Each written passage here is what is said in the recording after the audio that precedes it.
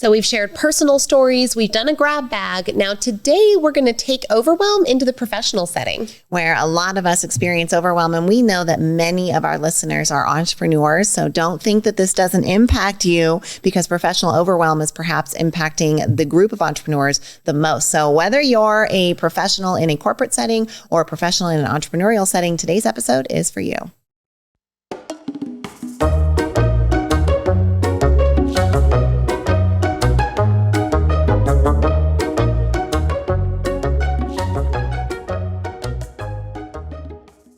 We've had some really cool access to some really cool people, and we want to share it with you. We have an amazing interview series of some of the interviews we've done with celebrities like Dr. Deborah Tillman, America's Super Nanny, Dr. Joseph McClendon III, famous neuropsychologist, former professor of UCLA. We've got Dr. Bruce Lipton, author of Beyond Belief, and we even have John Maxwell, the #1 leadership expert. Your sisters want to bring you into the room with our most exclusive access. So go to kayandshy.com. Right there on the homepage, you will see a button that says Get My Celebrity Interview Series, and we would love to share our access with you. kayandshy.com. We'll see you over there.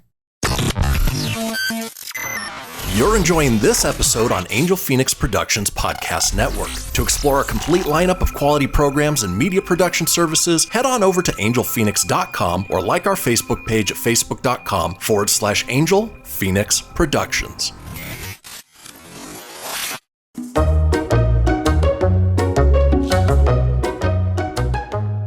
All right, so we're talking about overwhelm in a professional setting, or maybe in an organizational setting as well. Now, man, I know that I have certainly gotten overwhelmed by the workplace, by work-life drama, by the work-life blending that seems to take place, the entrepreneurial journey, the corporate journey. I don't think there has ever been a time where I have been in a work situation where I haven't experienced some form of overwhelm. You know, one of the, Kay, you've heard me say this before, but one of my personal strategies that I've kind of hobbled together, you find things or phrases that work for you as you go. And sometimes when I'm feeling overwhelmed by work, I've said this kind of macabre phrase before, and that is, there will be emails that go unanswered in your inbox on the day you die. Now, I know that is dark, but for me, there's this weird sense of comfort that the inbox is never going to be done. The to-do list is never going to be done. And so knowing that you can put it down before it's done can give you that sense of feeling of peace that allows you to go enjoy the other parts of your life. I love, macabre may it be, but helpful because it helps us to kind of have that understanding that it's always going to be this way. And so getting overwhelmed by the fact that it's always going to be this way is only you hurting you. Now, when it comes to a workplace setting, whether you're an entrepreneur or maybe you work for someone else, there are ways that you can overcome overwhelm. And one of the best ways to do this is to draw boundaries, to have your boundaries, know what they are, and set them. I know that we really have to manage this, especially in the entrepreneurial space, because it can be so hard to not just grind it out sometimes, all the time, to work all the time. And sometimes it can be really hard to put your baby down when they're smiling at you and being so cute, but you got to go get on meetings and you have work, you have things to answer, right? And not attending to those things would create overwhelm. And so there's a delicate balance to play, but when you know what your boundaries are, at least you have the lines which you can then color in.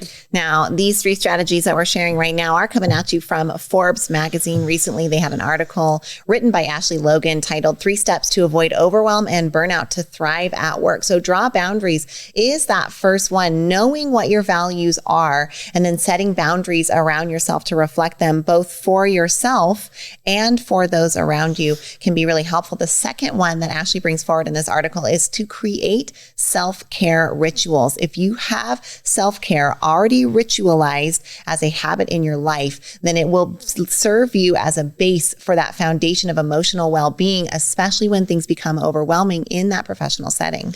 The final tip that she gives is to align intentions with actions. So that allows you to take actions in alignment with that values and with those missions. The consistency that you then end up demonstrating between your intention, the way that you think, and the actions that come out help to demonstrate for everybody what your values are, and hopefully they're ones that are constructive for your life. One of the things that my husband, Chad, likes to use when it comes to addressing overwhelm in the workplace or in your professional setting is to use those rules of 5. Will I care about this, or will it matter to me or to the business in 5 minutes, 5 weeks, 5 months, and even you can ask yourself 5 years. And this is helpful for you because sometimes those of us who have high emotions get a little triggered by things, and we might get fully laser tunnel vision focused on a certain outcome or task or circumstance that's happening, and asking yourself, will this matter in 5 days, can allow you to say, oh, that committing that much overwhelm to something that isn't this important isn't healthy for me, and can allow you to reorient on what that emotional state is doing to you. So love that rule of 5. That might be a helpful one to put in your bag. All right, one final for that professional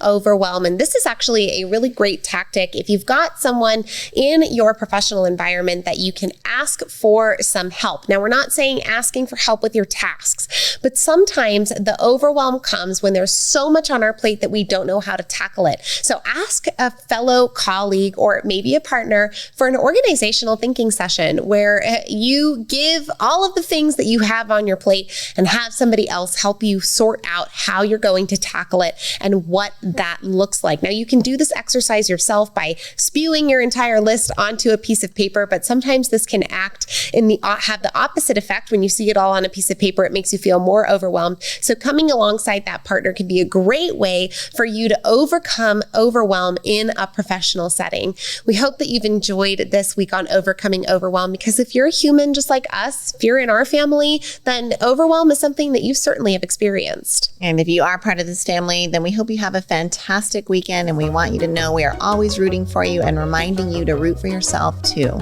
With love from your sisters, Kay and Shai.